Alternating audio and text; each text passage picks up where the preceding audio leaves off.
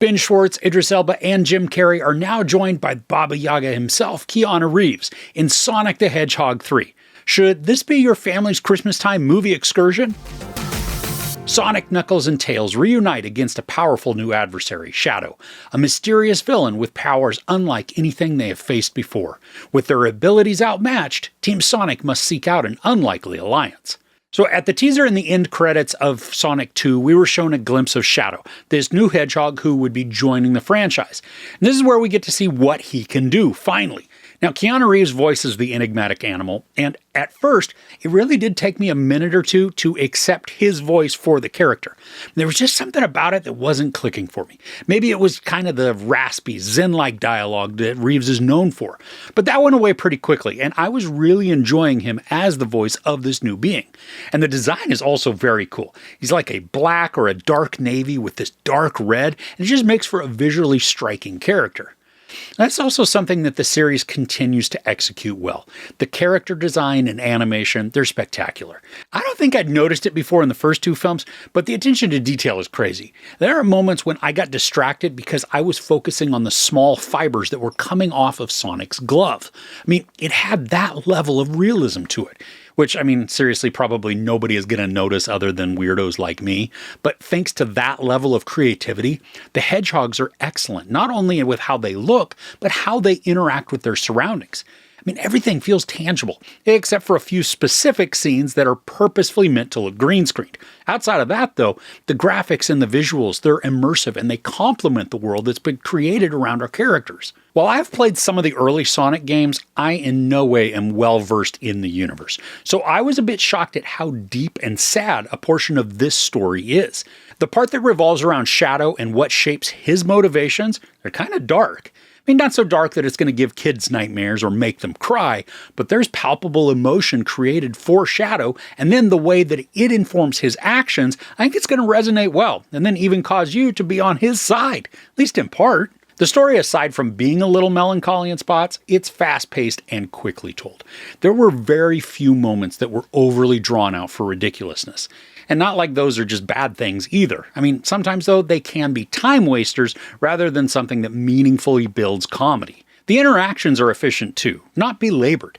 And I think now that we're in the third film, a lot of the character development, it's already established, meaning that the movie can dive more quickly into the action and the heart of what this specific plot is all about. And I appreciated the swiftness of the storytelling. Also, that it's under 2 hours. If this were a drama, I'd feel as though some of the plot development was skimped on, relying on a bunch of conveniences to propel the story from point to point. But for this, the jumps in location or situation, they're fine. I mean, characters might be shown discussing a plan, and then when the scene cuts, we're in the new spot where the plan is about to be executed. For a kid's film, this doesn't break the story structure or even cause any issues. Now, Ben Schwartz continues to be great in the lead role as Sonic. He's young-feeling and energetic, and while he's quick-witted, he's not rude or overly sarcastic. And I love how Schwartz's level of emotion is matched by the animation, almost making me forget that I'm watching something that's not real because the character feels real. Idris Elba is also great in this, and not because I have a man crush on him. I mean, I appreciate how he gets to be snarky and droll, making him appear as a grumpy old dude, but one that has a huge heart and loves his friends, despite all the rough exterior. He also has some good comedic moments that he gets to shine. Jim Carrey is taking on dual roles this time with a very knowing nod to the audience. His older alter ego looks so much like a rotund version of his Count Olaf character in a series of unfortunate events. I mean, he is his over-the-top self, which then makes him the perfect choice for the character of Dr. Robotnik. I mean, everything is just exceedingly exaggerated, which is a couple of times, it grated on my nerves a little bit.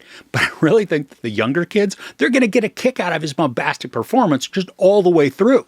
And I appreciate how Lee Majub's character of Agent Stone continues to become a larger part of the cast. Here, he provides a touch of humanity and warmth, no matter how warped that it might be, for Dr. Robotnik. I mean, Stone, he softens Robotnik in ways that both kids and adults are going to understand, but it's not overdone or schmaltzy. And James Marsden and Tika Sumpter continue to have some good chemistry together. Well, they don't have massive parts within the story. They do throw themselves into the roles, and they're basically shameless, which is exactly what the characters need to make them feel just ingrained within this zany world. I appreciate that there are some clever jokes within the writing. I was surprised at the amount of humor that's actually directed at adults. I mean, not that it's inappropriate or crass, it's just designed to mostly go over kids' head so that the parents don't feel like they've been dragged to a Wiggles concert where there's absolutely zero geared for their enjoyment. And for both kids and adults, there's a bunch of exciting action, not only with the lightning-fast races of the hedgehogs, but there are some hectic and impressive sequences that feature a space battle, bizarre laser dance choreography, and then an epic clash over strength. Now, I don't know how many more films they've got planned, but there is both a mid and post-credit scene that appear to at least have one more story in the works, so make sure you do stay to the end to catch both of those. So overall, Sonic the Hedgehog 3 is a fun but quick adventure, highlighting themes of friendship, love, and grief. While the story is darker than expected, it's not overly sad or emotional for younger viewers, focusing mainly on the action and antics of the hedgehogs and their human counterparts. The voice cast continues to shine with excellent characterizations, and the human characters elicit eye rolls and laughs thanks to absurd situations and even more ridiculous interactions. Because this is targeted to its core audience of younger kids, it's easy to overlook huge plot conveniences and assumptions within the story development, choosing expediency over exposition, which thankfully doesn't drag out the storytelling. The Sonic franchise continues to grow in quality and depth, making this a no-brainer for anyone who loves a simple good time at the theater, regardless if you have kids or not. There's no sex or nudity, tiny bit of profanity, and then a lot of violence, mostly of which is animated. I give Sonic the Hedgehog 3.5 out of 5 couches. So which characters are you hoping to see in any future installments that might come? Then also, who would you like to voice them? Let me know in the comments below. If you enjoyed this review, please give it a like. Also, don't forget to share and subscribe. I'm Chris. This is Movies and Munchies. Thanks for couching with me.